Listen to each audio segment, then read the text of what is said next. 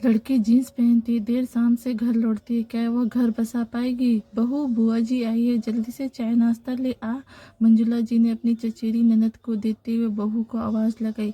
इतनी ही देर में बुआ जी ने चोर नजरों से घर का पूरा मुआयना कर डाला था। पानी का घुट भरते वह बोली, शाम 4 बज रहे हैं, क्या बहू अभी तक सो रही है? नहीं जी सो नहीं रही है, थोड़ा सा आराम करने गई है, आज संडे है ना, तो सभी देर से सोकर उठे हैं, इसलिए नाश्ते देर से, और फिर खाना तो अभी कुछ ही देर पहले ही सबने खाया है। बेचारी सुबह से रसोई में लगी थी, इस बीच घर के दूसरे काम भी करती रही है, खाना वगैरह बना लेती है। सही से मैंने तो सुना था शादी से पहले कभी रसोई में भी नहीं घुसी थी। सुबह कॉलेज के लिए निकलती तो रात को ही घर में घुसती। मेरी ननद की ननद रहती है ना उनके पड़ोस में, उसी ने बताया था। वैसे तो अब शाम होने वाली है, इस समय बहू बेटियों का सोना अच्छा नहीं लगता है। बहू बुआ जी आंखों को गोल गोल घुमाते हुए बोली, वह भी इंसान ही है, उसे भी आराम की जरूरत है। वैसे उसके आने के बाद तो मुझे कितना आराम हो गया है, बता नहीं सकती हूँ। रही रसोई घर संभालने की बात, तो वह अपनी मीनू तो अभी ढंग से चाय भी बनाना नहीं जानती है। वह भी तो उसी की उम्र की है, और सुबह कॉलेज जाती है तो वह भी रात तक ही घर में लौटती है, क्योंकि कॉलेज के बाद कोचिंग क्लास के लिए जाती है। बहू भी कोचिंग ही लेती थी, शादी के कारण बीच में ही छूट गया। मैंने तो दीपक से कहा था कि दोबारा से इसकी कोचिंग क्लासेज शुरू करवाएं, इतनी मेहनत की है, उसे चूल्हा चौके में थोड़ी ना जाने दूंगी।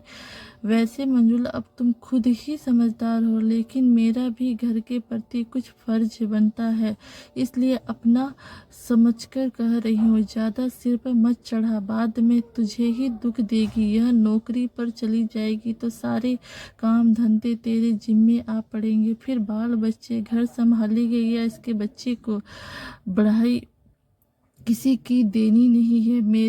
मेरे आस पड़ोस में जितने भी कामकाजी बहू है, मजाल है उनकी सास एक मिनट भी घर से बाहर निकल पाए। उधर बहू तो कामकाज के बहाने मजे करती है, और सास सारा दिन रसोई में खटती है। अपने टाइम में भी किया और अब बुढ़ापे में भी बहू के हिस्से का भी काम करे।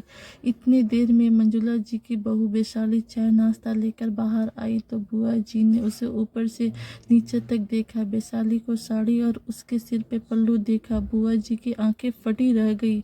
वैशाली ने चाय नाश्ता एक तरफ रखा, बुआ जी के पैर दबाए। बुआ जी ने भी उसे ढेर आशीर्वाद दिए। बुआ जी उसे देखते हुए बोली, बहू तुझे साड़ी भी बांधनी आती है? मैंने तो सुना था कि तूने आज तक सूट भी नहीं पहना है, यहाँ तो तुमने हाथों में भर भर के चूड़ी, बिछुए और पायल भी पहने हुए हैं। बुआ जी की बात सुन वैशाली की हंसी छूट गई।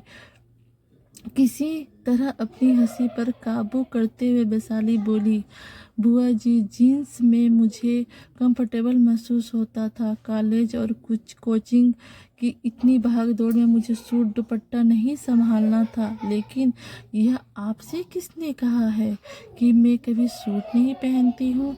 तीज त्योहार एवं कॉलेज के फंक्शन में सूट के साथ साथ साड़ी भी पहनती थी, और मुझे सूट साड़ी पहनना बहुत ही अच्छा लगता है, बस उन्हें संभालना नहीं जानती हूँ, लेकिन अब धीरे धीरे सीख रही हूँ। अच्छा है बहू, बहू तो सूट साड़ी और सजी धजी है, अच्छी लगती है। बहू, बुआ जी चाय लीजिए ना, और यह उत्पम खाकर बताइए कैसा बना है।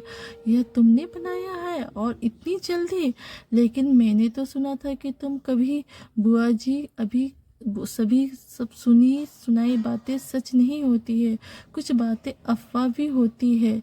छोड़िए उन बातों को, उनके चक्कर में नाश्ता ठंडा हो जाएगा। कहते हुए वैशाली ने चाय का कप उनके हाथों में पकड़ाया और उत्पम और चटनी के प्लेट उनके सामने रख दी। चाय नाश्ता करने के बाद बुआ जी वैशाली की तरफ करते नहीं थक रही थी। वाह बहू, बहुत ही बढ़िया तुम बनाया है तुमने, तुम्हारे हाथ में तो बहुत स्वाद है, वरना आजकल की लड़कियां तो, बुआ जी आजकल की लड़कियां, लड़कियों को भी अब आता है पता नहीं ये अफवाह कौन फैलाता है कि पढ़ी लिखी लड़की और नौकरी पेशी लड़कियां घर का काम काज नहीं कर सकती, उन्हें अपने संस्कारों से प्यार नहीं है, उन्हें आज़ादी प्यारी है। ऐसा कुछ नहीं है बुआ जी, यह कोरी अफवाह है। हाँ बहू, कहा तो तुम सही रही हो। तुमसे मिलने के बाद वाकई मुझे एहसास हुआ कि यह सब अफवाह ही थी जो तुम्हारे बारे में फैलाई गई थी। माफ़ करना, मैं भी एक बार तो बहकावे में आ गई थी। अपनी बुआ सास की बात सुन वैशाली बस मुस्कुरा भर दी। चाय नाश्ते के बर्तन उठाते हुए बोली, अच्छा बुआ जी, आप मम्मी जी से बातें करिए, मैं खाने का इंतज़ाम करती हूँ। खाना खाकर ही जाना। ना ना बहू, आज नहीं, आज थोड़ी जल्दी में हूँ, फिर कभी शाम को एक शादी में जाना है।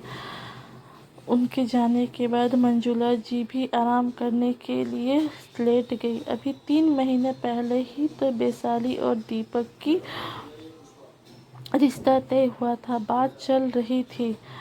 रिश्तेदारों ने वैशाली के बारे में ना जाने कितने कित फैलाए, बातों ही बातों में उन्हें ये रिश्ता तोड़ने की सलाह भी दी कि लड़की मॉडर्न है, कोएड में कॉलेज में पढ़ रही है, देर घर आती है, लड़कों के साथ भी 1-2 बार घूमते देखा है। लेकिन मंजुला, उनके पति और नयन अफवाहों के आंख मूंद कर बिल्कुल भी विश्वास नहीं किया। ना ही उसकी सोच इनकी छोटी थी। ऐसे बातें सुनकर किसी की बेटी पर शक करते थे, क्योंकि वह खुद भी एक बेटी के माँ बाप थे और जानते थे कि रिश्तों की नींव प्यार एवं विश्वास पर ही टिका रहता है। इन झूठी अफवाहों को दरकिनारे कर मंजुला जी और उनके परिवार अपने फैसले अड़िग रहा। आज वही अफवाह फैलाने वाले रिश्तेदार उनकी बहू की तारीफ करते नहीं थकते हैं। हाँ, कल कुछ अंदर ही अंदर जलते भी हैं, लेकिन मंजुला जी व उसके परिवार वालों ने पहले भी ऐसे लोगों की अफवाह नहीं की थी और अब भी नहीं।